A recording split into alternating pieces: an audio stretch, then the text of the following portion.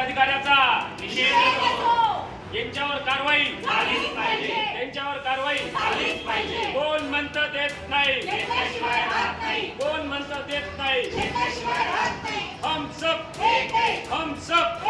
महाराष्ट्र राज्य परिचारिका संघटनेचा अन्याय करणाऱ्या अधिकाऱ्यांचा, मारहाण करणाऱ्या अधिकाऱ्यांचा यांच्यावर कारवाई झालीच पाहिजे, यांची बदली झालीच पाहिजे, यांच्यावर कारवाई झालीच पाहिजे, फौजदारी गुन्हा, फौजदारी गुन्हा, हम सब।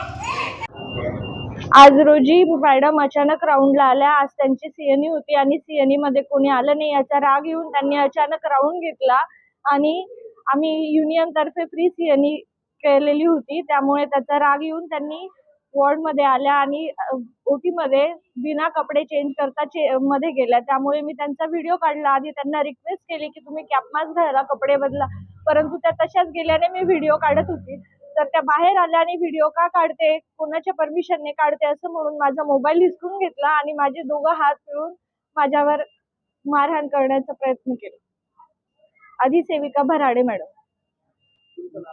माझं नाव व्हिक्टोरिया पात्रे, मी प्रभारी परिसेविका म्हणून ऑर्थो मध्ये काम करते।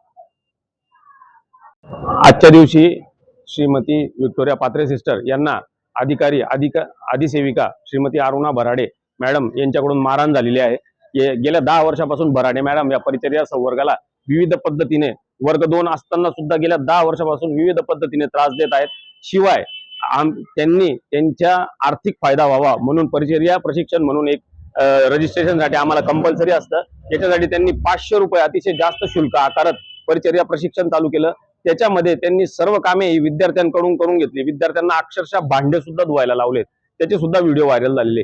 आणि त्याच्यावर आमचा निषेध म्हणून संघटनेने आणि संघटनेच्या पदाधिकाऱ्यांनी व्हिक्टोरिया सिस्टर यांनी इनिशिएटिव्ह घेऊन फ्री सीएनई चालू केली की परिचर्या वर्गाचे जे आर्थिक शोषण याच्यातनं चालले होते ते सगळं थांबवण्यासाठी फ्री सीएनई चालू केली। आणि त्या फ्री सीएनईचा राग म्हणून अधिसेविका अरुणा भराडे मॅडम यांनी आज रोजी यांना हे ड्युटीवर कार्यरत असताना त्यांना तिथे येऊन मारहाण केली, त्यांचा मोबाईल हिसकला व त्यांना घाणघाण शब्दात काही बोलत तिथून यांनी कसं तरी आपला जीव वाचवला आणि ते लपून गेले।